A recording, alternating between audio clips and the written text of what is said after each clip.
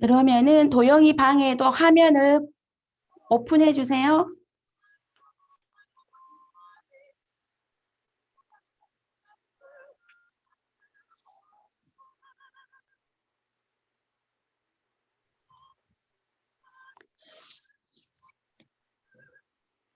도영,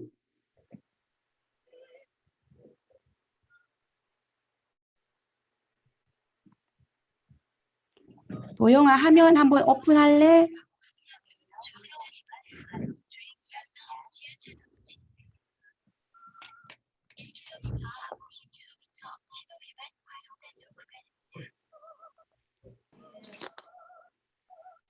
자가용 타고 오시는 분 본인 거 엄소거 해주세요. 네. 자, 그러면은 우리 함께 공부하겠습니다. 먼저 기도하고 시작하겠습니다. 제가 잠깐 기도합니다. 사랑과 은혜가 많으신 좋으신 아버지 감사합니다. 오늘도 하나님의 성령으로 충만케 하여 주시고 사랑하는 우리 모든 대학청년부 다소복학교 등록한 자녀들 가운데 하나님의 성령의 충만한 삶을 살게 도와주시고 우리의 삶 가운데 하나님의 소중한 5가지 복음이 날마다 삶 가운데서 경험되어질 수 있는 놀라운 축복을 허락하여 주시옵소서. 우리와 함께 하시는 주님께 감사드리며 예수님의 이름으로 기도드립니다. 아멘. 지난주에 우리 오중복음과 삼중축복에 관계된 5가지 소중한 복음, 행복의 삶을 여는 오중복음에 대해서 함께 공부를 했습니다. 1강, 2강 간단하게 복습을 한번 하겠습니다. 5가지 소중한 복음인데 5가지 소중한 복음이 뭐였어요? 자, 첫 번째가 뭐냐? 중생의 복음이고 두 번째 성령 충만의 복음, 신유의 복음, 축복의 복음, 재림의 복음 5가지 복음이 있는데 중생의 복음은 내가 예수 그리스도를 나의 삶의 구세주로 모셔드릴 때 그때 내가 구원받는 것 이걸 중생의 복음이라 그래요. 다시 말하면 거듭난다. 내가 육체로 한번 태어났지만 영으로 다시 한번 태어나는 이 사건이 중생의 복음인데 이 사건은 예수님 믿는 순간에 나한테 일어나는 사건이라 과거의 사건이다라고 얘기를 합니다. 그래서 예수님을 믿을 때에 죄인인 내가 예수 그리스도가 나를 위하여서 십자가에 못 박혀 죽으신 그 죽으심을 통하여서 내 죄가 다 대속됐기 때문에 칭의 내가 의로움을 여김을 받게 된 거예요.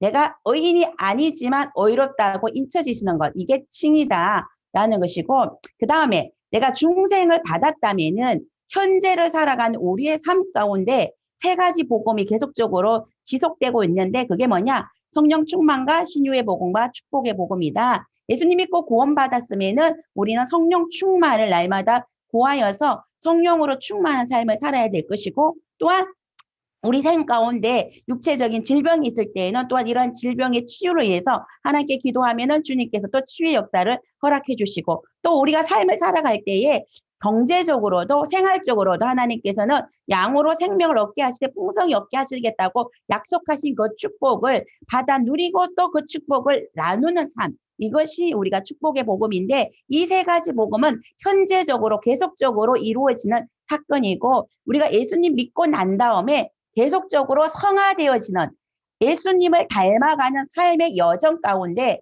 성령 충만과 신유의 복음과 축복의 복음이 우리 삶 가운데 있어야 된다라는 것을 말씀을 하셨고 우리 목사님께서 그 다음에 앞으로 미래적인 사건 가운데서 예수님이 내가 올라가심을 본 그대로 다시 오시겠다는 재림의 약속을 하셨어요.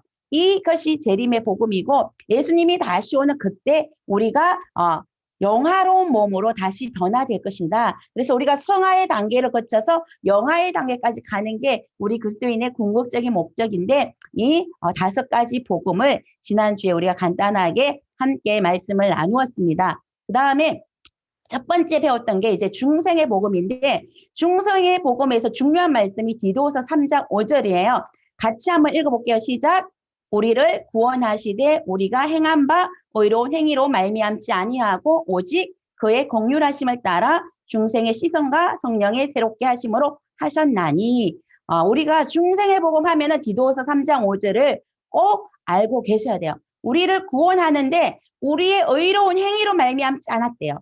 그럼 무엇으로 말미암았냐 하면은 하나님의 긍휼하심으로 하나님이 죄인인 우리가 죽을 수밖에 없지만 그 죽을 수밖에 없는 우리를 긍휼히 여기심으로 예수 그리스도를 이 땅에 보내주시고 예수 그리스도가 우리를 위해서 십자가 희생당하심으로 죽으심으로 우리에게 구원의 은혜가 주어졌다. 이 구원의 은혜가 바로 중생의 시선과 성령의 새롭게 하심으로 우리 가운데 다가왔다라는 것을 기억하시고 지난주에는 애우는 말씀 과제를 안 줬는데 이번 주에 이 중생의 복음 디도서 3장 5절 외워서 올 수 있도록 다음 주까지 열심히 한번 외워보시기를 축복합니다. 그 다음에 이제 우리가 오늘 배울 말씀이 성령 충만의 복음에 대해서 함께 말씀을 배울 것입니다. 성령 충만. 에베소서 5장 18절 한번 같이 읽어볼게요. 시작. 술 취하지 말라. 이는 방탕한 것이니 오직 성령으로 충만을 받으라. 무엇으로 충만을 받으래요? 성령으로 충만을 받으라 라고 기록하고 있습니다. 술 취하는 것과 성령 충만을 같은 개념에서 여기서 설명을 하고 있어요. 술 취하는 건 내가 술의 지배를 받는 거예요. 성령 충만한 건 뭐냐? 성령의 지배를 받는 삶을 사는 거예요. 그래서 술 취하는 사람은 술의 지배를 받아서 내가 의식이 없이 술이 시키는 대로 내가 행하는 거죠. 어떤 사람은 술 취해가지고 뭐 누군가에게 구타도 하고 또 술 취해가지고 뭐 폭언도 하고 또 술 취해가지고 자기가 의도하지 않는 행동들을 하는 사람들이 있어요. 그런데 성령으로 충만하면은 성령의 지배를 받는데 성령님은 우리를 성화시켜 주시고 하나님을 예수님을 닮아갈 수 있는 삶을 살 수 있도록 우리에게 능력을 더해 주시고 또한 내가 성령으로 충만하면은 나의 자아가 깨어지고 내 뜻대로 살아가는 게 아니라 주님이 이끄시는 대로 성령님이 이끄시는 대로 성령의 주도권 아래 살아갈 수 있다. 그래서 술 취하면 술이 주도하는 삶을 살지만 성령으로 충만한 사람은 성령의 지배를 받고 성령이 주도하는 삶을 살 수 있다라는 것을 기억하시고 그래서 우리가 성령의 충만함을 받아야 된다. 에베소서 5장 18절 술 취하지 말라 이는 방탕한 것이니 오직 성령으로 충만을 받으라. 이 말씀도 여러분께서 애워 오시기를 주님의 이름으로 축복을 드립니다. 그 다음에 이제 찰스 스탠리가 변화를 이끄는 성령 충만의 법칙 중에서 이렇게 얘기했어요. 성령은 어떻게 받는가? 성령 받고 싶잖아요. 그럼 어떻게 받을 수 있을까? 믿고 받아들이면 된다. 성령님을 내가 믿고 인정하고 환영하고 내 삶 가운데 모셔드리는 거야. 그럴 때 성령을 받을 수 있다. 그리고 성령 충만의 상태를 어떻게 유지할 수 있는가? 또 내가 믿음 안에서 성장하고 능력 있는 정인이 되려면 어떻게 할 수 있는가? 이것도 당연히 믿고 받아야 된다. 성령님이 계심을 알지도 못하며 그 성령님을 믿고 받아들일 수가 없어요. 그러나 내가 성령님이 계심을 알고 또한 성령님이 나에게 능력을 주시고 나를 성령으로 충만케 하시면 성령이 이끄시는 삶을 살 수 있다는 것을 알게 되면은 그 성령님을 믿고 받아들일 수 있는 거죠. 그래서 우리가 성령님을 믿고 받아들인다면은 성령의 충만함과 성령이 주시는 능력과 정인의 삶을 살 수 있다. 그렇다면 여러분은 예수님을 구주로 영접했습니까? 성령 충만 받는 첫 번째 단계는 예수님을 내가 먼저 내 삶의 구세주로 영접해야 돼요.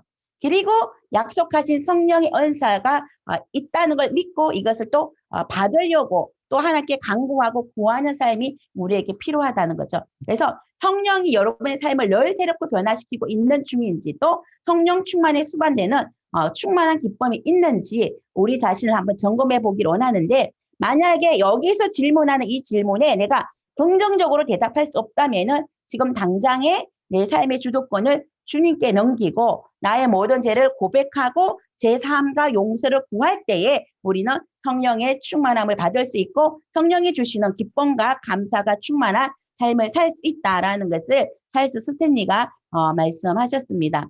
자, 그 다음에 말씀 스터디 이제 여러분이 책에 보면은 첫 번째 성령님과 예수님 해서 1번 문제를 같이 한번 읽어볼게요. 구원의 복음, 즉 진리의 말씀을 듣고 믿으면 어떤 일이 일어납니까? 에베소서에 보니까 그 안에서 너희도 진리의 말씀 곧 너희의 구원의 복음을 듣고 그 안에서 또한 믿어 약속의 성령으로 인치심을 받았나니 진리의 말씀은 무엇이냐 하면은 진리는 예수님이에요. 그러면 예수님의 말씀이 진리의 말씀이고 이 진리의 말씀이 바로 구원의 복음이다. 이 구원의 복음을 믿을 때에 나에게 어떤 일이 일어나냐? 약속의 성령으로 인치심을 받을 수 있다라고 성경에 기록하고 있습니다. 성령으로 인치신다. 여러분, 인치신다는 게 무슨 뜻이냐면은 도장을 찍는다는 의미예요. 제 책에 보면 여기 앞에 모서리에 이영미라고 도장을 찍어놨어요. 저는 책을 사면 항상 이 책이 나의 것이다라고 도장을 찍거든요. 성령으로 인치다는 것은 하나님께서 너는 나의 자녀야, 너는 나의 소유야라고 성령으로 저와 여러분을 도장을 찍으신 거예요. 인을 찍어주신 거예요. 그래서 저와 여러분은 하나님의 소유다. 예수님의 소유다. 성령님의 소유다. 라는 것입니다. 그래서 요엘서 2장 8절에 보면은 내 영을 만민에게 부어줄 것이다. 요엘서에 이미 약속의 성령으로 우리를 인쳐주실 것을 예언하고 있어요. 그래서 만민에게 성령을 부어주시는데 성령이 임하면 어떤 일이 일어나는가? 젊은이들이 꿈을 꾸고 늙은이가 꿈을 꾸고 예언을 하고 이런 일들이 일어난다라고 성경에 기록하고 있습니다. 그래서 우리는 하나님의 성령의 인치심을 날마다 사모할 수 있기를 바랍니다. 두 번째, 구약의 성경이 나오는 요엘 예언자는 무엇을 예언했습니까? 요엘서 선지자가 예언한 말씀을 한번 볼게요. 그 후에 내가 내 영을 만민에게 부어주리니 너희 자녀들이 장래일을 말할 것이며 너희 늙은이는 꿈을 꾸며 너희 젊은이는 이상을 볼 것이며 성령을 만민에게 부어주신대요. 구약시대에는 성령이 일부의 사람들에게만 부어졌어요. 그런데 이제 신약시대에서는 모든 사람에게 다 성령을 주시겠다라고 예언을 하고 있습니다. 그리고 또한 젊은이들이 이상을 보는 이러한 일들이 일어날 것이다 라고 말씀을 하고 있습니다. 그래서 장래일을 말하고 늙은이는 꿈을 꾸고 젊은이는 이상을 보는 이런 일들이 앞으로 일어날 것이다. 그게 바로 우리에게 지금 실현된 말씀인 것을 믿으시기 바랍니다. 그 다음에 예수님은 무엇으로 잉태했다고 성경은 기록하고 있습니까? 마태복음 1장 18절 예수 그리스도의 나심은 이러하니라 그의 어머니 마리아가 요셉과 약혼하고 동거하기 전에 성령으로 잉태된 것이 나타났더니 예수님이 태어나실 때에 그의 어머니 마리아가 요셉과 약혼한 상태였는데 동거를 하지 않았다라고 기록하고 있어요. 그런데 무엇으로 잉태됐다? 성령으로 잉태됐다. 생물학적으로 잉태된 것이 아니라 성령으로 잉태되신 분이 바로 예수 그리스도다. 다시 말하면 무에서부터 유가 나왔다고 볼 수가 있습니다. 그래서 남자를 알지 못하는데 어떻게 생물학적으로는 도저히 이해할 수 없는 현상이 성령의 잉태하심을 통하여서 이렇게 나타났고 그리고 우리 예수님은 부활의 첫 열매가 되셨다라는 것을 우리는 알 수가 있습니다. 그 다음에 자 이제 예수님이 침례를 받으실 때 어떤 일이 일어났는지 마태복음 3장 16절 같이 한번 읽어보겠습니다. 우리 마태복음 3장 16절 같이 한번 읽어보겠습니다. 시작! 예수께서 침례를 받으시고 곧 물에서 올라오실새 하늘이 열리고 하나님의 성령이 비둘기 같이 내려 자기 이에 임하심을 보시더니 여기 보니까 예수님이 침례 요한에게 세례를 받을 때 하늘이 열렸대요. 그리고 성령이 비둘기 같이 임했다라고 이렇게 말씀하고 있습니다. 그래서 성령이 비둘기 같이 임함을 통하여서 바로 이 예수님이 하나님의 아들이다. 앞으로 성령으로 세례를 베푸실 분이다라는 것을 이 말씀을 통하여서 세례 요한에게 알게 하신 부분이 오늘 이 부분의 말씀입니다. 하늘이 열리고 하나님의 성령이 예수님에게 부어주는 이런 역사가 일어났다. 다시 말하면 예수님도 공적인 생애를 시작하기 전에 성령의 임재를 성령의 충만함과 성령의 기름 부으심을 경험하고 공적인 사역을 시작을 했다라는 것을 우리가 알 수가 있습니다. 그 다음에 예수님이 이렇게 침례를 받고 난 다음에 어떤 일이 있었냐? 예수님은 광야에서 시험을 받으실 때 누구에 의해 인도를 받았습니까? 누가복음 4장 1절 한번 보겠습니다. 함께 읽어볼게요. 시작! 예수께서 성령의 충만함을 입어 요단강에서 돌아오사 강야에서 40일 동안 성령에 이끌리시며 예수님이 강야에서 시험을 받으셨는데 40일 동안 성령에 이끌려서 시험을 받았대요. 사단에게 시험 받는 그 순간조차도 하나님의 성령의 이끌림을 받아서 예수님은 시험을 받았고 이 시험을 말씀으로 무사히 통과하는 것을 우리가 볼 수가 있습니다. 그래서 이 예수님은 성령의 이끌림을 받아서 사단에게 시험을 받고 그리고 강야에서 40일 동안 이 시험을 무사히 통과하는데 예수님이 공생일을 시작하기 전에 강야에서의 40일의 시험 기간은 굉장히 중요한 사건이에요. 하나님은 하나님의 사람을 쓰시기 전에 반드시 강야의 시간을 거쳐서 통과한 사람을 사용하시거든요. 이스라엘 백성들도 40일 동안 강야에서 헤맸어요. 그 훈련의 기간이 통과된 다음에 쓰임을 받은 것을 볼 수가 있고 모세도 40년이라는 강야의 삶을 지나고 그리고 이스라엘을 출애굽시키는 그러한 하나님의 사람으로 쓰임을 받는 것을 볼 수가 있습니다. 그래서 이렇게 예수님은 시험을 통과하시고 하나님 앞에 쓰임받는 그런 공생애를 시작하게 되는 것을 우리가 알 수가 있습니다.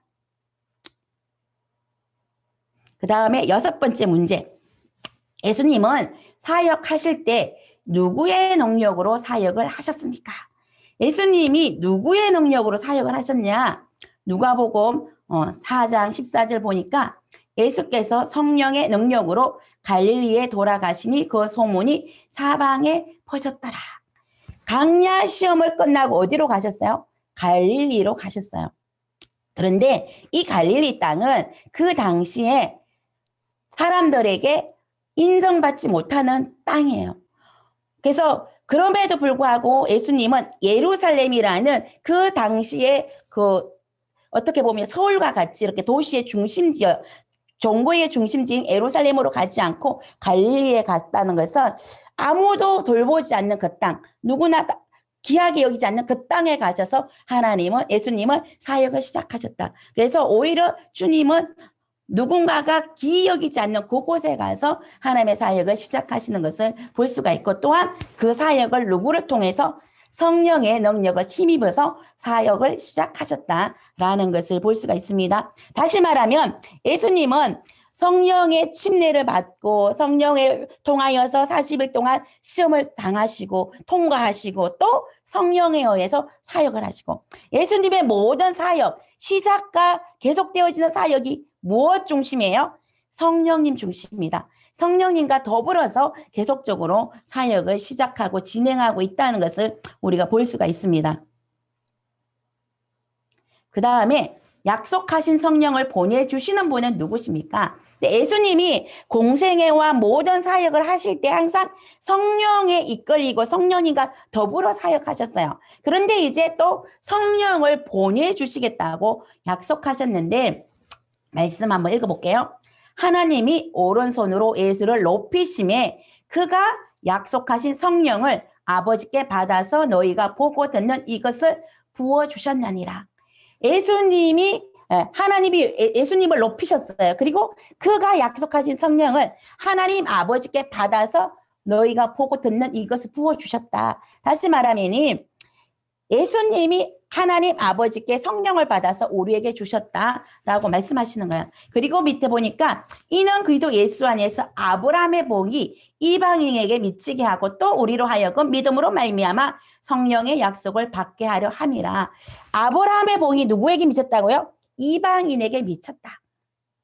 그전에는 이스라엘 백성들은 자기들만 선민이고 우리만 하나님 앞에 선택된 백성이다라고 생각을 했는데 이제 성령 부어주심을 통하여서 아브라함의 복, 선민이라는 이 이스라엘 백성들이 느끼는 그 자기들에만 주어졌다는 그 복이 이방인에게도 미치게 되었다. 다시 말하면 유대인에게서 만민에게로 하나님의 축복이 확장되어진다. 성령의 역사를 통하여서 모든 민족에게 하나님의 축복이 확장되어지는 것을 우리가 볼 수가 있습니다. 그 다음에 우리 구주 예수 그리스도로 말미암아 우리에게 그 성령을 풍성히 부어주셨다. 예수님으로 말미암아 성령이 우리에게 풍성히 부음바 되었다. 바로 약속하신 성령을 보내주시는 분은 바로 우리 예수님이다 라고 말씀에 기록하고 있습니다. 그 다음에 부활하신 예수님이 제자들을 만나시고 하신 명령은 무엇입니까? 예수님이 제자들을 만났어요. 이 말씀을 하시고 그들을 향하사 숨을 내쉬며 이르시되 성령을 받으라. 예수님이 십자가에 못 박혀 죽으셨을 때 제자들이 다 두려워서 예수님을 떠났어요. 베드로는 예수님을 부인하고 3번이나 저주했어요. 그랬는데 이 예수님이 제자들을 찾아가셔서 그들에게 무슨 말씀하셨냐? 그들에게 너희에게 평강이 있을지어다, 평안할지어다. 먼저 평강을 선포하시고 그리고 그들에게 명령하신 것은 성령을 받으라.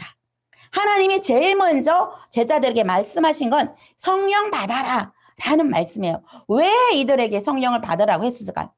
이 제자들은 예수님이 십자가에 못 박혀 죽으시는 것을 보고 그 다음으로는 우리들이 또 저렇게 십자가에 못 박혀 죽든지 어떻든지 이방 유대인들을 통해서 죽임을 당할 것이다라는 그 두려움 때문에 다 숨어 있었고 문을 걸어 잠그고 있었단 말이죠. 이런 그들에게 주님이 찾아와서 성령 충만 받아라, 성령을 받아라 라고 말씀하셨어요. 이것은 무슨 말이냐? 이들에게 예수님이 인류 구원을 위해서 자기가 자신의 목숨을 다 주기까지 십자가에 못 박혀 죽으시는 그 사역을 감당할 때에 항상 성령님이 함께 하셨던 것처럼 앞으로 제자들도 예수님이 주실 사명, 인류 구원에 의한 예수님이 감당했던 그 사명의 남은 사명을 감당하기 위해서는 이 제자들도 성령을 받아야지만 그 일을 감당할 수 있기 때문에 예수님께서는 이들에게 성령을 받으라라고 말씀을 하셨어요. 다시 말하면 예수님이 가장 중요하게 생각하는 게 뭐냐? 성령 받는 것이다. 그러면은 저와 여러분에게도 예수님은 동일하게 말씀하시겠죠. 너희는 성령을 받아라. 왜냐하면 이 성령을 받아야지만 우리가 이 시대를 이겨낼 수 있고 이 시대 가운데서 우리의 신앙을 지킬 뿐 아니라 복음을 전하는 정인의 삶을 살 수 있기 때문이다. 그리고 성령을 통하여서 새로운 성령의 역사가 시작되어지고 성령을 통하여서 우리는 하나님의 새로운 백성이 되는 것을 믿으시기를 주의 이름으로 축복을 드립니다. 그래서 성령 받는 게 굉장히 중요하다. 그 다음에 성령 침례. 예수님은 우리에게 무엇으로 침례를 베푸시는 분이십니까? 잘 들려요?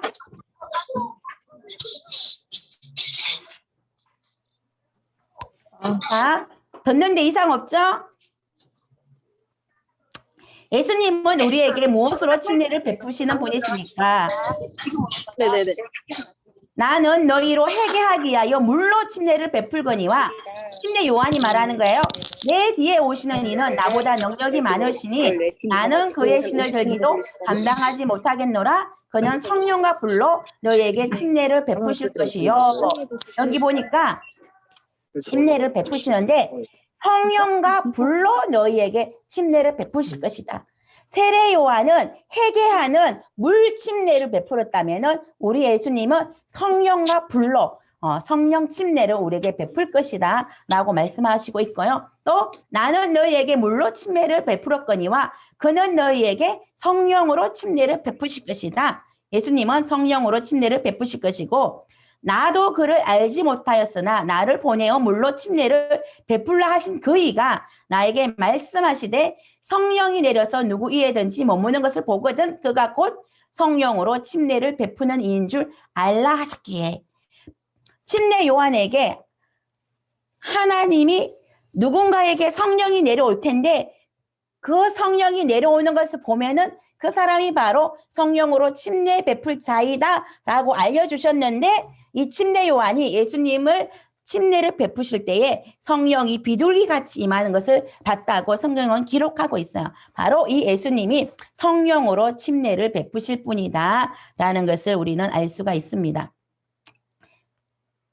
자, 그 다음에는 구약에서 하나님의 백성은 오직 육적 이스라엘 사람만 가능했습니다. 신약에서 하나님의 백성은 어디까지 포함되나요? 그리고 하나님의 백성의 표시는 무엇입니까?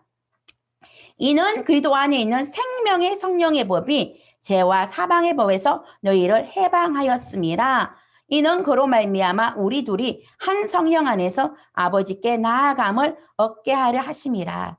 구약에서는 육적인 이스라엘 백성들은 내가 하나님의 백성인 것을 표시하기 위해서 몸에 할례를 행했어요. 이 할례는 남성의 그 엄경의 표피를 이렇게 제거하는 수술을 말하고 있어요. 그래서 그렇게 함으로 인해서 내가 하나님의 백성이다. 몸에다가 육적인 표시를 통하여서 하나님의 백성임을 드러냈다면은 신약의 하나님의 백성은 나에게 하나님께서 성령을 부어주심으로 성령을 통해서 성령으로 인쳐주셔서 내가 하나님의 백성이다라는 것을 알려주시는 거예요. 그래서 생명의 성령의 법을 우리에게 하나님께서는 허락하시고, 그래서 우리는 성령 충만 받고 성령 받은 사람은 생명의 성령의 법에 인도함을 닦고 그 법을 따라서 살아가는 거예요. 우리가 살아가는 삶의 방식은 생명의 성령의 법을 따라가는 삶을 살아가는 게 바로 신약의 하나님 백성된 사람들의 삶의 방식이다라는 것을 기억하시면 되겠습니다. 그 다음 세 번째, 베드로가 부정한 짐승에 대한 환상을 본 후에 이방인 고넬료 집에 갔을 때 이방인에게 성령이 임하신 사건을 보고 놀란 이유는 무엇입니까? 고넬료의 집에 베드로가 갔을 때에 성령이 임하는 것을 보고 놀랐어요. 한번 읽어봅시다. 같이 읽어볼게요. 시작. 베드로가 이 말을 할 때에 성령이 말씀 듣는 모든 사람에게 내려오시니 베드로와 함께 온 할례 받은 신자들이 이방인들에게도 성령 부어주심으로 말미암아 놀라니 이는 방언을 말하며 하나님 높음을 더러미러라. 베드로가 이제 예수님이 성천하시기 전에 무슨 말씀을 하셨냐면은 성령의 충만함을 받으라. 예루살렘을 떠나지 말고 하나님이 약속하신 성령을 기다려라 라고 말씀하셔서 120명의 사도들이 함께 다락방에서 예루살렘에 있는 다락방에 모여서 열심히 10일 동안 간절히 기도했어요. 그때 성령이 임하는 사건 경험을 했고 다른 언어로 방언으로 말을 하게 됐고 그리고 하루아침에 3,000명 5,000명에게 복음을 전한 놀라운 능력이 나타났거든요. 예수님의 제자임이 두려워서 숨어 있었던 이 예수님의 제자 베드로가 이제 부활하신 예수님 만나고 성령 충만함 받게 되니까 담대하게 복음을 전하는 거예요. 죽음을 두려워하지 않고. 그래서 성령이 임함으로 자신의 삶에 이런 놀라운 역사가 일어났는데 하나님이 한상 중에 한상 중에 유대인들이 먹지 않는 그런 짐승들을 먹으라고 한상을 보여주셨어요. 그런데 먹지 못하겠다라고 거절할 때 하나님께서 내가 깨끗하게 하신 걸 네가 왜 속되다 하냐 먹어라 라고 이 한상을 3번 보고 그 다음에 이방인 고넬료의 집에서 자기를 청하는 누군가의 그 청함을 이방인 고넬료의 그 종들의 청함을 받고 이제 하나님이 이방인 고넬료에게 가라는 사인이구나 라고 깨닫고 이방인 고넬료 집에 갔단 말이죠. 가서 그 집에서 복음을 전할 때에 하나님의 성령이 이방인들에게 내려오는 것을 봤어요. 이거를 보고 이 고넬료의 가정에 내린 성령으로 말미암아 베드로가 놀라게 된 거죠. 왜냐하면은 이방인에도 성령이 임했다는 것은 하나님께서 유대인뿐 아니라 이방인에게도 동일한 구원을 허락해 주셨구나라는 것을 깨닫게 됐고 그로 말미암아 그 가정에서 바로 성령 침례가 임함으로 세례까지 주고 그 다음에 그 가정에 구원의 역사가 일어나는 이런 사건들이 일어났는데 이것은 무엇이냐? 이방인에게 성령이 부어주심은 하나님께서 이방인을 택하셨다. 이방인에게도 동일한 복음의 은혜를 허락해 주셨다라는 사건의 시작인 거예요. 다시 말하면 하나님의 새로운 시간이 시작된다라는 것이 베드로가 이방인 고넬료의 가정에 성령 부어 주심을 보고 놀라는 이유 중에 하나다라는 것을 알 수가 있습니다. 그래서 이 시점으로 이제 유대인에게만 복음이 전거되었다면은 이 시점을 계기로 사도행전에서는 이방인에게 복음이 확장되어지고, 그리고 베드로가 이방인 전도의 문을 열었다면은 바울은 이방인에게 적극적으로 복음을 전하는 그러한 사도행전의 역사들을 우리가 볼 수가 있게 되는 것입니다. 그 다음에 예루살렘에 있는 사도들이 사마리아 갔을 때 안수한 이유는 무엇입니까? 이는 아직 한 사람에게도 성령 내리신 일이 없고 오직 주 예수의 이름으로 침례만 받을 뿐이더라. 이에 두 사도가 그들에게 안수함에 성령을 받는지라.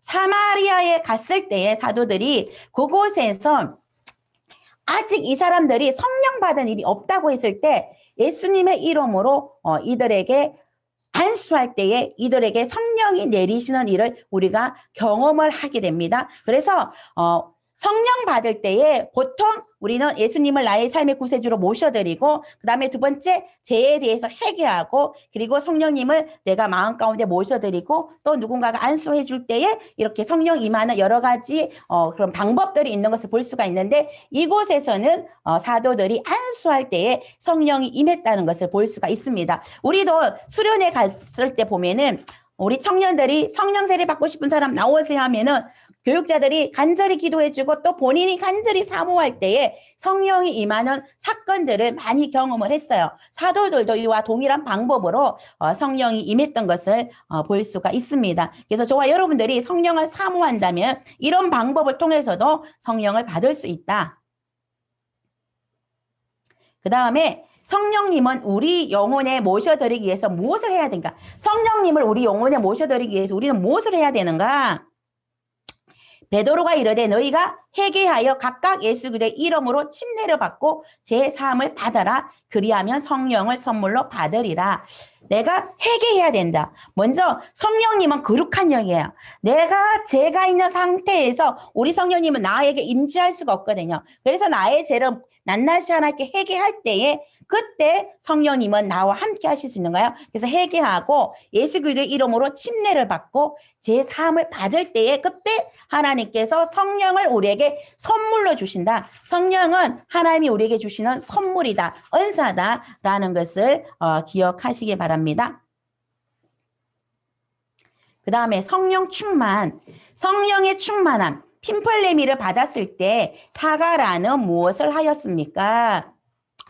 그 붙인 사가라가 성령의 충만함을 받아 예언하여 이르되, 성령으로 충만하면은 예언을 할 수 있다. 여기서 대언한다는 말이에요. 하나님의 말씀을 내가 대신 말해주는 거, 이런 성령 충만을 통해서 대언의 역사가 일어날 수 있다. 여기서 핀플레미는 사역, 은사적인 의미로의 성령 충만을 얘기하고 있습니다. 그 다음에 성령의 충만, 핀플레미를 받았을 때 사도들은 무엇을 하였습니까? 또한 사도들은 성령의 충만, 핀플레미를 받아서 무엇을 하였습니까? 똑같은, 네. 그들이 다 성령의 충만함을 받고 성령이 말하게 하심을 따라 다른 언어들로 말하기를 시작하니라.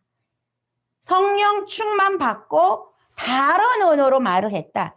방언을 하기 시작했어요. 그리고 내가 애국어를 배우지도 않았는데 내가 말하는데 다른 사람이 자신의 나라의 언어로 듣게 되는 이런 역사들이 사도행전 2장 4절에 일어난 것을 볼 수가 있습니다. 그 다음에 사도행전 4장 31절 빌기를 다음에 모인 곳이 진동하더니 무리가 다 성령에 충만하여 담대히 하나님의 말씀을 전하니라. 사도행전 4장 31절 때는 담대히 하나님의 말씀을 전했다. 다시 말하면 성령 충만하면은 사역적인 면에 있어서 어떤 일이 일어나냐? 복음을 전한다. 담대하게 예수 그리스도의 복음을 전하는 증인의 삶을 살 수 있다. 다시 말하면 성령 충만해야 복음을 전할 수 있고, 내가 복음을 전하기를 원한다면 성령의 충만함을 구해라. 성령 충만할 때 베드로가 하루아침에 3,000명, 5,000명에게 복음을 전하는 증인의 삶으로 변화된 것처럼 우리도 성령 충만 받을 때에 이러한 증인의 삶을 살 수가 있다라는 것을 알 수가 있습니다. 그 다음에 바나바는 성령과 무엇이 충만하다고 했습니까? 여기서 말하는 성령 충만은 플레레스예요. 핀플레는 애적인 충만을 말하는 거예요. 근데 플레레스는 내적인 충만을 말해요. 애적인 충만은 사역적인 충만, 능력을 의미하는 것이고 플레레스, 내적인 충만은 열매적인, 성령의 열매적인 부분들을 말하고 있습니다.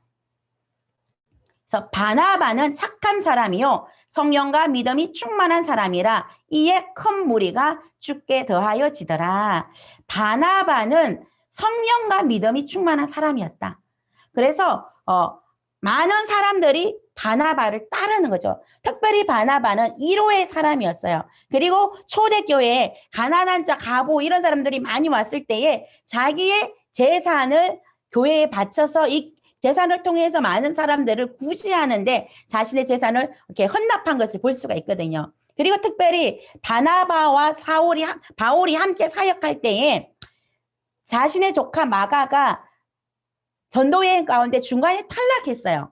이때 바나바는 이 마가를 데리고 함께 전도하려고 했고 바울은 목표지향적인 사람이고 그래서 오히려 이 마가는 함께 갈 수 없다 하고 거절함으로 둘이 크게 다투는 일이 있었는데 어떻게 보면 바나바는 내적인 성령 충만 그래서 위로하고 사람들을 세우고 이런 사역에 더 많이 중심을 줬다면은 바울은 오히려 핀플레미전 사역 애적인 성령 충만, 능력 사역 이런 것들이 더 강화된 사역자였고 그래서 오히려 이런 사역에서 좀 방해되는 사람하고는 함께 할 수 없다라는 이런 생각을 가지고 있었던 사람인 것을 우리가 볼 수가 있습니다. 어쨌든 이 바나바는 착한 사람이고 성령과 믿음이 충만한 사람이었다. 성령 충만한 사람은 반드시 믿음도 함께 충만하게 가는 것을 볼 수가 있습니다. 그 다음에 제자들은 성령과 무엇이 충만하다고 했습니까?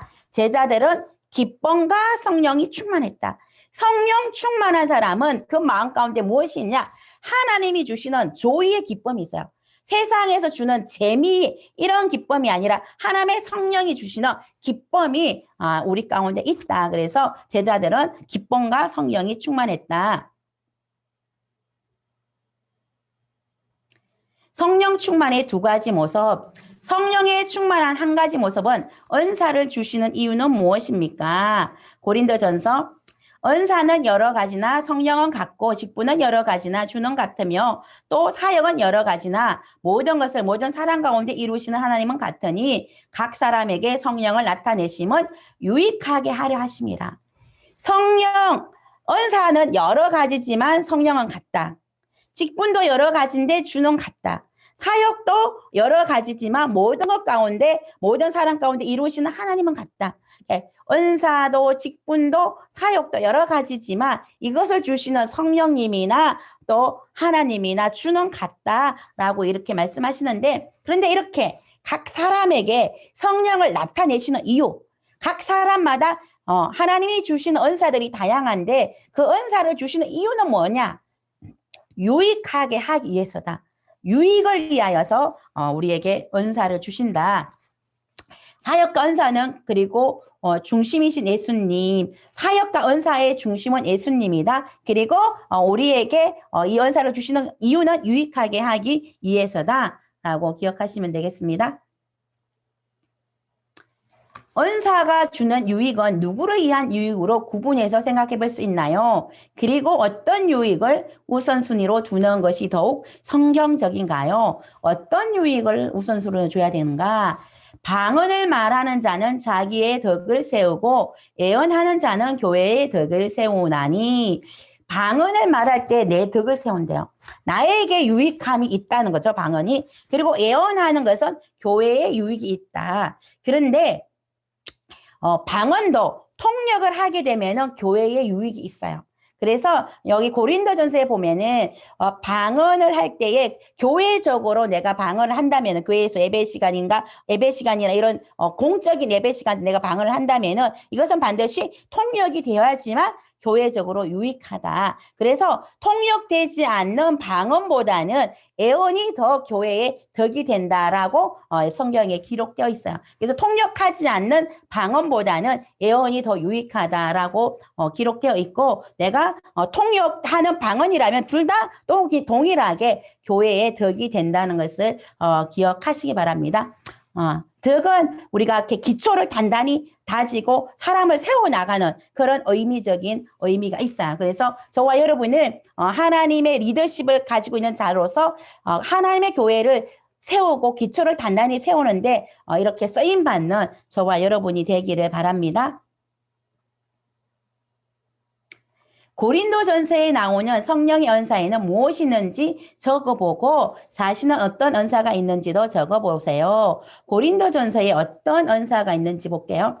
어떤 사람에게는 성령으로 말미암아 지혜의 말씀의 은사, 어떤 사람에게는 같은 성령을 따라 지식의 말씀의 은사, 다른 사람에게는 같은 성령으로 믿음의 은사, 어떤 사람에게는 성령으로 병 고치는 은사, 어떤 사람에게는 능력 행함의 은사, 어떤 사람에게는 애언함의 은사, 어떤 사람에게는 영들 분별함의 은사, 다른 사람에게는 각종 방언함의 은사, 어떤 사람에게는 방역 통역의 은사. 9가지 은사가 이 고린도전서에 기록되어 있어요. 이 은사들 중에 나는 어떤 은사가 있나, 각자 여러분들이 어떤 은사가 있는지 한번 나눔하실 때 한번 체킹하고 나누어 보시기를 바랍니다. 그 다음에 4번 로마서에 나오는 성령의 은사에는 무엇이 있는지 적어보고 자신은 어떤 은사가 있는지도 적어보세요. 로마서에 보니까 우리에게 주신 은혜대로 받은 은사가 각각 다르니 혹 애언이면 믿음의 분수대로, 애언은 믿음의 분수대로 해라. 믿음도 각각 분량과 어떤 그 크기나 이런 것들이 달라요. 그리고 섬기는 일이면 섬기는 일로, 가르치는 일이면 가르치는 일로, 이로하는 자면 이로하는 일로, 구제하는 자는 성실함으로, 다스리는 자는 부지런함으로, 공유를 베푸는 자는 즐거움으로 할 것이다. 우리가 구제할 때는 성실함으로 해야 돼요. 다른 사람을 다스리는 사역, 내가 리더십에 있다면은 부지런함으로 해야 돼요. 또 공유를 베풀 때, 누군가에게 구제하고 누군가를 도와줄 때는 즐거운 마음으로 해야지 이걸 억지로 하면 안 되겠다. 그래서 이렇게 다양한 은사들이 또 로마서에 기록되어 있음을 우리가 볼 수가 있습니다. 그래서 저와 여러분들이 뭐 병고침의 은사, 신유의 은사나 뭐 특별한 은사들을 사모할 수도 있지만 그런 은사들도 중요하지만 또 여기에 나와 있는 다양한 은사, 공유를 베푸는 은사, 구제하는 은사, 다스리는 은사, 뭐 이로하는 은사, 이런 것들, 섬기는 은사, 이거 다 중요한 은사들이거든요. 그래서 여러분들이 이런 은사들도 사모하시고 이 은사들을 적극적으로 개발할 수 있기 바랍니다. 은사는 내가 계속적으로 사용할 때에 더 확장되어지고 개발되어지는 것을 볼 수가 있어요. 그래서 내가 하나님이 섬김의 은사를 주셨다 그러면 열심히 섬기는 거죠. 또 나에게 다스리는 은사를 주셨으면 열심히 또 리더십의 자리에서 다스림의 사역을 감당하고 또 공유를 베푸는 그런 은사를 주셨으면 즐거운 마음으로 열심히 여러 연약한 지체들을 돌보는 이런 사역을 함께 해나가면 좋겠습니다. 5번 육체의 욕심과 성령의 열매를 적어보고 무엇이 다른지 생각해 보세요. 육체의 욕심과 성령의 열매가 무엇이 다른지 한번 보겠습니다. 갈라디아서 5장 16절과 26절 이거 말씀을 기록을 안 해놨어요. 여러분 성경책을 한번 펼쳐보세요. 갈라디아서 5장 15절과 26절. 갈라디아서 5장 16절에서 26절 한번 펼쳐보시기 바랍니다.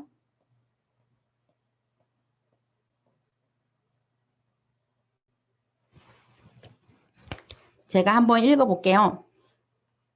내가 이르노니 너희는 성령을 따라 행하라. 그리하면 육체의 욕심을 이루지 아니하리라. 육체의 소욕은 성령을 거스르고 성령은 육체를 거스르나니 이 둘이 서로 대적함으로 너희가 원하는 것을 하지 못하게 하려 함이니라. 너희가 만일 성령의 인도하시는 바가 되면 율법 아래 있지 아니하리라. 육체의 일은 분명하니 곧 음행과 더러운 것과 호색과 우상숭배와 주술과 은수 맺는 것과 분쟁과 시기와 분냉과 당짓는 것과 분열함과 이단과 투기와 술 취함과 방탕함과 또 그와 같은 것들이라. 전에 너희에게 경계한 것 같이 경계하노니 이런 일을 하는 자들은 하나님의 나라를 유업으로 받지 못할 것이요 오직 성령의 열매는 사랑과 희락과 화평과 오래 참음과 자비와 양성과 충성과 온유와 절제니 이 같은 것을 금지할 법이 없느니라. 그리도 예수의 사람들은 육체와 함께 그 종욕과 탐심을 십자가에 못 박았느니라. 만일 우리가 성령으로 살면 또한 성령으로 행할지니 헛된 영광을 구하여 서로 노엽게 하거나 서로 투기하지 말지니라. 갈라디아서 5장 16절과 26절에 보면은 육체의 욕심과 성령의 열매를 기록하고 있어요. 육체의 욕심이 19절부터 21절이거든요. 같이 한번 읽어볼게요. 시작. 육체의 일은 분명하니 곧 음행과 더러운 것과 호색과 우상숭배와 주술과 언수 맺는 것과 분쟁과 시기와 분냄과 당짓는 것과 분열함과 이단과 투기와 술취함과 방탕함과 또 그와 같은 것들이라. 전에 너희에게 경계한 것 같이 경계하노니 이런 일을 하는 자들은 하나님의 나라를 유업으로 받지 못할 것이요. 육체의 욕심을 따라 살아가는 사람은 하나님의 나라의 유업을 받지 못한대요. 그러니까 우리는 우리 삶에서 육체의 욕심을 따라 살아가는 나의 삶의 어떤 한 영역이 있다면은 과감하게 이것을 제거하고 잘라버리고 버리는 삶을 살아야 돼요. 술 취하고 음행하고 호색하고 주술, 언수 맺고 분쟁하고 시기하고 분내는 것, 이런 게 내 삶 가운데 있다. 그러면 내가 아직도 성령을 쫓아 살아가지 못하는구나. 아직도 내가 육신에 매여 있구나. 내가 이 모든 것을 십자가에 못 박고 나는 성령의 사람으로 거듭나야 되겠다라고 결단하고 이 모든 것들과 결별하는 삶을 살아가는 저와 여러분이 되기 원합니다. 그 다음에 그렇다면 우리의 삶에는 어떤 것들이 성령의 열매로 나타나야 되는가? 22절에서 우리 같이 한번 읽어볼게요. 23절.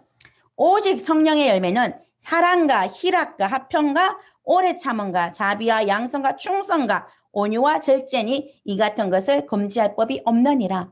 이 9가지 성령의 열매, 저와 여러분의 삶 가운데 항상 나타나야 되는 것은 사랑과 희락과 화평과 오래 참음과 자비, 양성, 충성, 온유, 절제, 이게 우리 삶 가운데 열매로 나타나야 된다. 그래서 저와 여러분이 성령의 은사를 사모하는 반면에 또한 성령의 열매가 우리 삶 가운데 매일매일 맺힐 수 있도록 이렇게 성령의 열매를 사모하는 삶을 살아갈 수 있기를 주의 이름으로 축복을 드립니다. 그래서 이번 주의 과제는 이 갈라디아서 5장 16절과 26절 매일매일 5번, 3번씩 여러분들이 성경을 이거를 읽으시기 바랍니다. 하루에 시작할 때 매일 3번씩 성경을 통독해가지고 이 말씀이 여러분의 가슴에 딱 새겨지도록 할 수 있기를 바랍니다. 오늘 성령 충만의 복음 공부했는데 한번 요약해 볼게요. 성령님은 어떤 분이신가? 성령님은 하나님이에요. 또 성령님은 하나님의 속성을 가지고 계시고 하나님과 동등하시고 삼위일체 하나님 중에 한 분이다. 성령님은 인격적인 속성을 가지고 계시다. 그래서 우리 조용희 목사님이 특별히 성령님을 강조하시고 성령의 사역을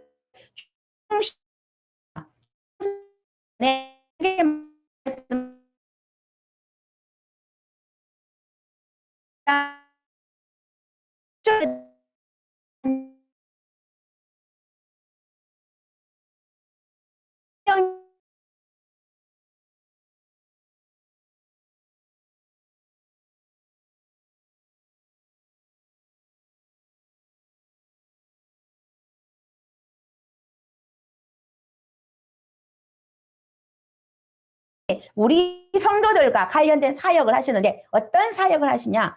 보혜사로서의 성령님이다. 보혜사는 돕는 자예요.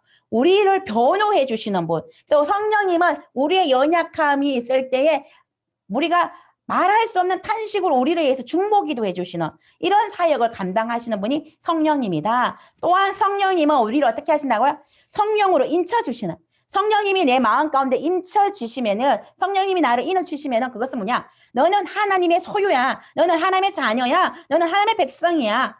그렇기 때문에 사단이 우리를 근접하지 못하고 사단이 우리를 넘어뜨릴 수 없고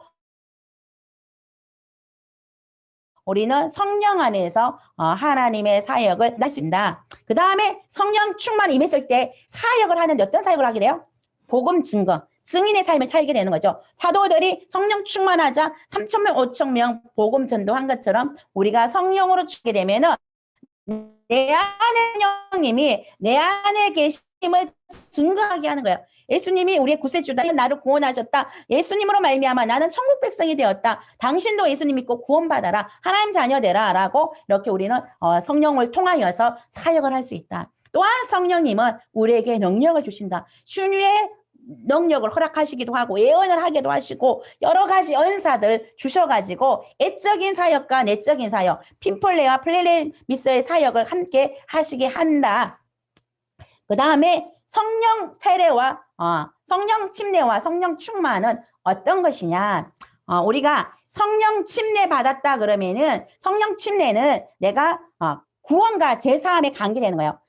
그리고 성령 충만은 성령 침례는 이례적이고 단회적인 거라면 성령 충만은 지속적이고 계속적인 거예요. 그래서 성령 충만하다는 것은 어떤 의미가 있냐면은 여기 컵이 있다고 생각해요. 내가 컵에 물을 부었어요. 반쯤 부었는데 이게 투명한 유리 그릇인데 반쯤 부어놓으면 물이 있는지 없는지 잘 안 보여요. 물하고 투명한 유리는 같기 때문에. 근데 계속 물을 부어요. 부으니까 넘치게 부었어. 넘치게 부으면 물이 가득 찬 게 보이죠? 그것처럼 성령 충만은 넘쳐나는 거예요. 하나님의 성령이 내 안에 넘쳐나서 그게 외적으로 드러나게 되는 것. 이게 바로 성령 충만이다. 그래서 중생은 뭐예요? 내가 예수님을 나의 삶의 구세주로 모셔드리는 것. 그래서 구원의 첫 단계가 중생이고, 그리고 중생할 때에 성령이 우리에게 임하셔서 내가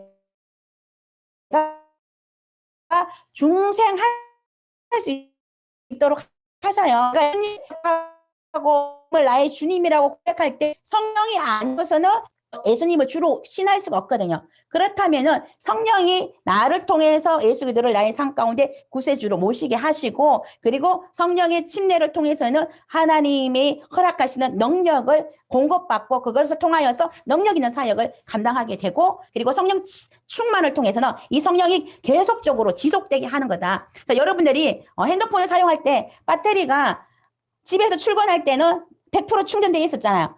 쓰면 쓸수록 이게 50%, 40%, 10% 이렇게 다운되잖아요. 그러면 다시 충전시켜야 되잖아요. 그것처럼 성령 충만도 한 번 충만 받았다고 계속 지속되는 게 아니라 우리는 계속해서 배터리를 충전하듯이 계속해서 하나님의 성령의 충만함을 구하고 그 충만함을 유지해야 된다. 그러면은 우리가 성령 충만을 어떻게 유지해야 되냐? 매일 말씀 읽고 기도하고 성령님과 동행하는 삶을 살 때에 성령 충만이 계속적으로 지속될 수 있다라는 것을 기억하시고요. 그 다음에 네 번째, 성령 침례의 증거. 내가 성령으로 침례 받았어요 라는 첫 번째 증거가 뭐냐 하면은 방언의 은사가 우리에게 나타난다. 기도할 때 하나님께서 내가 알지 못하는 언어로 기도하게 하시는 거예요. 성령의 충만을 통해서 방언으로 기도하게 하시고, 두 번째는 사도들이 담대하게 복음을 전파한 것처럼 내가 복음 전파의 사역을 감당할 수 있고, 세 번째는 신자의 마음에 확신을 주는 거예요.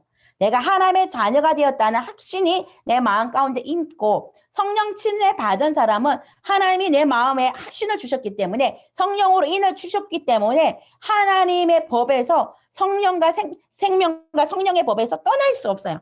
생명과 성령의 법에서 항상 우리는 하나님의 그 인도하심 가운데 살아갈 수 있다. 그래서 성령 침례 받는 게 중요하다. 왜? 내 마음에 확신이 있어야 하나님을 떠나지 않기 때문에. 그래서 저와 여러분이 성령 침례를 꼭 사모하시고, 또 혹시 나에게 이게 부족하든지 아니면 또 성령 침례 경험이 없다면은 성령 침례 경험을 위해서 하나님 앞에 사모함으로 간절히 기도하시기 바랍니다.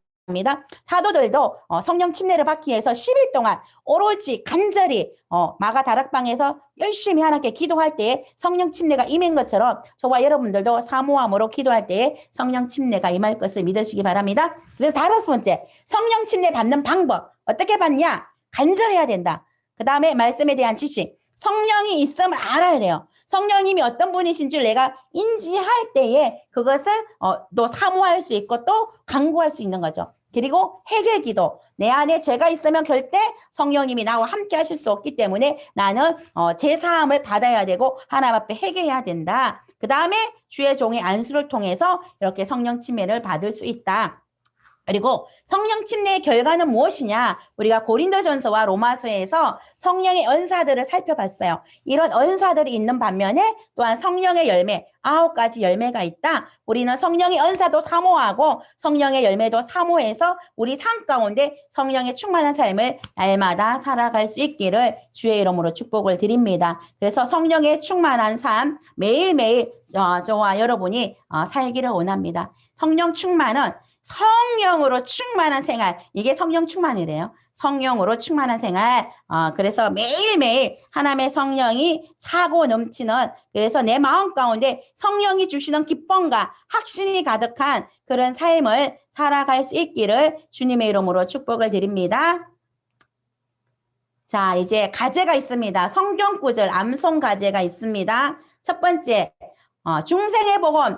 여러분들이 중생의 복음 하면은 디도서 3장 5절이 생각나야 돼요. 같이 한번 읽어볼게요. 시작. 우리를 구원하시되 우리가 행한 바 의로운 행위로 말미암지 아니하고 오직 그의 공률하심을 따라 중생의 시선과 성령의 새롭게 하심으로 하셨나니. 디도서 3장 5절 중생의 복음 꼭 암송하시고, 그 다음에 두 번째 성령 충만의 복음 하면은 에베소서 5장 18절이 생각이 나야 돼요. 술 취하지 말라 이는 방탕한 것이니 오직 성령으로 충만함을 받아라.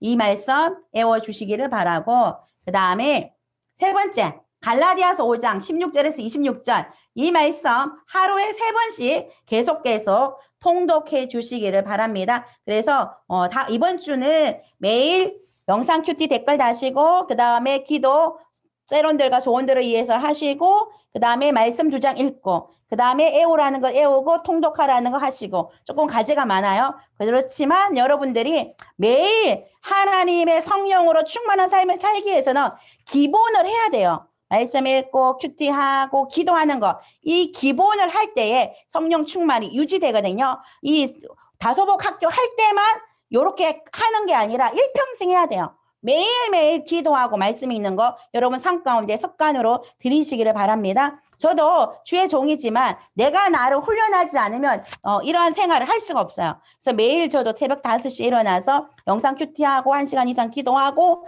말씀 읽고 이게 출근하거든요. 여러분들도 집에서 출근하기 전에 조금 더 빨리, 적어도 요거 하려면은 30분 이상 먼저 일어나서 꼭 하시고 하루를 시작하기 원합니다. 저녁에 하지 마세요. 저녁에 하면은 못할 수 있는 시간 확률이 더 높기 때문에 될 수 있으면 아침에 새벽에 일어나서 모든 과제를 하고 하루를 시작할 때에 하루가 성령으로 충만하게 시작할 수 있는 것을 믿으시기 바랍니다. 이제 시간이 딱 59분이에요. 이제 한 5분 정도 쉬시고 소그룹 나눔 하시면 되겠습니다. 그리고 온라인으로 소그룹 나눔